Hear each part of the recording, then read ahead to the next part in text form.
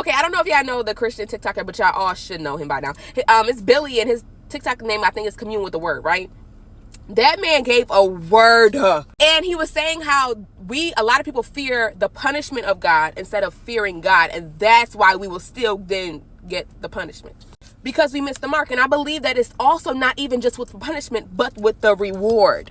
A lot of us idolize heaven instead of idolizing the God who created the heaven. It's like, oh, I want to be in this blissful place instead of the throne of grace. And that's why you miss it. In Revelations 4, it tells us these 4 beasts that are going to cry out day and night, and they have no rest, and they say, holy, holy, holy, Lord God Almighty, which was and is to come. That's what it tells us in Revelations 4. And a lot of us want to be those people, yet you cannot do it here. You don't pray, you don't read, you don't seek his face. And I know somebody else who got tired of worshiping. Oh, yeah, but we look at him as the biggest of the baddest, but it's like, no, he got tired of worshiping. He didn't want it to be worshiped.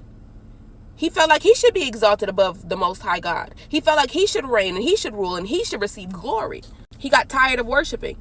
So we have to understand that, no, you have to not instead think of heaven as the place where you're going to get your reward and you're going to get glorified because you're getting a crown and you're getting a mansion.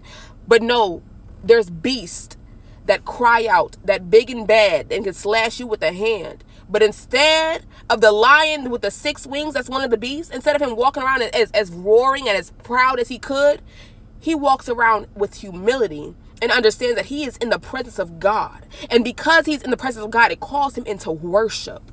Because faith is the only thing that can get you into heaven, right? But if James told us that our works prove our faith, that I can show you my faith by my works, but I can't see your faith there's no sign. There's no sign of faith in you. I don't see it. I don't see you spreading the gospel. I don't see you talking about him. I don't see you living the life that looks like Christ has saved you.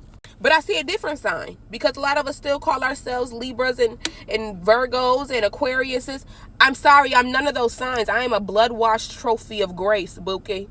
Blood-washed, saved, set free, and delivered by the Holy One. That's it. I'm not none of them. I'm a representation of Christ, and so I have to live like it and walk like it. I'm sorry. And so when he said that Jesus will fold up heaven and earth and it will perish, and he's the only one who won't perish, what does that mean? Heaven, the place that we are trying to get to, will soon be gone. I'm not trying to get to heaven. I'm trying to get to the throne because God dwells in heaven. That's why I'm trying to get there. But if heaven was no longer his dwelling place, I don't care about the reward that gets in there with me. What am I caring about heaven then for? He's not there. He's somewhere else now. But I know if I step into heaven, I'm still gonna get that crown. He's no longer there. So why are you pushing heaven? Push him, God. I'm trying to get to wherever he is. And wherever he is will have me be so much like worship. I got to. Because you're just that good. We can no longer seek heaven, but seek him. And because you seek him, it'll bring you to that place of reward. But unless you seek him, it's not going to matter. Don't no longer idolize heaven. We're idolizing the God who made it.